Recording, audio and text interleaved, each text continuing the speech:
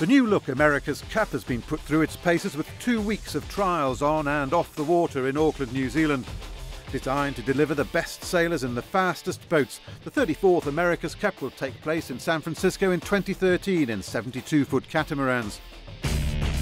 But for now, the teams are sailing high-speed 45-foot versions, which are capable of reaching speeds over 50 kilometres an hour.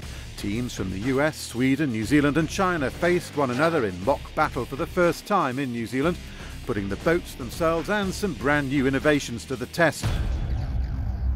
We launched in an ambitious program with the America's Cup last September with the AC45 circuit and took on a new look for the America's Cup, and that involved new races, new types of boat, new ideas on TV, new rules to race by. To have it come together 3 months before the first event has been a vital part of what we needed to do. Go, go, go! For the race teams, the trials provided some crucial insight on what lies ahead, revealing the full potential of both the boats and their competition. It's very physical and they're very, very busy.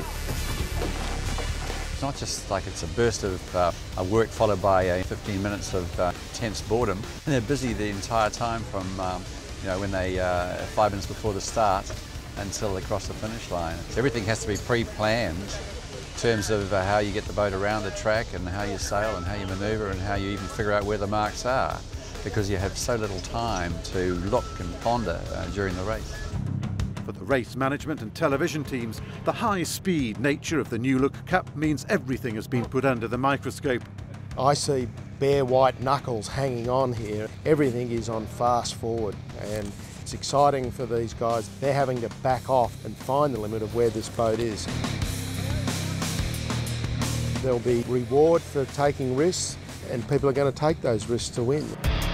One of the biggest breakthroughs and a world first, a new way to keep up with the action, integrating live aerial cameras with real-time graphics, giving viewers a bird's-eye view of the racing along with an on-screen analysis. The kind of graphic effects that we're putting in, the lay lines, the ahead and behind lines, we're using the video of the real boats so that people will be able to see the actual boats in addition to seeing some of those graphic elements.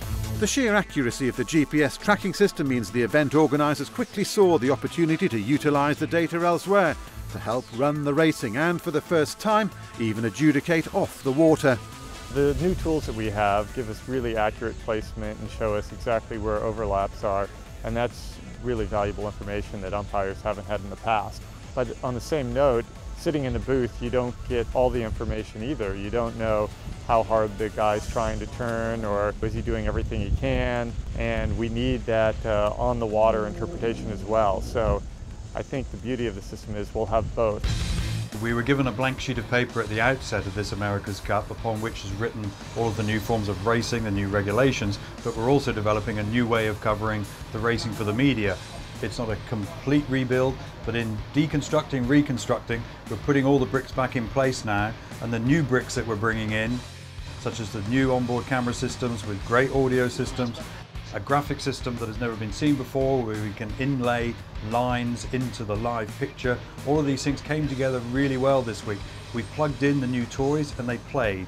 The trials complete, the boats will now be shipped to Europe, where the action begins for real.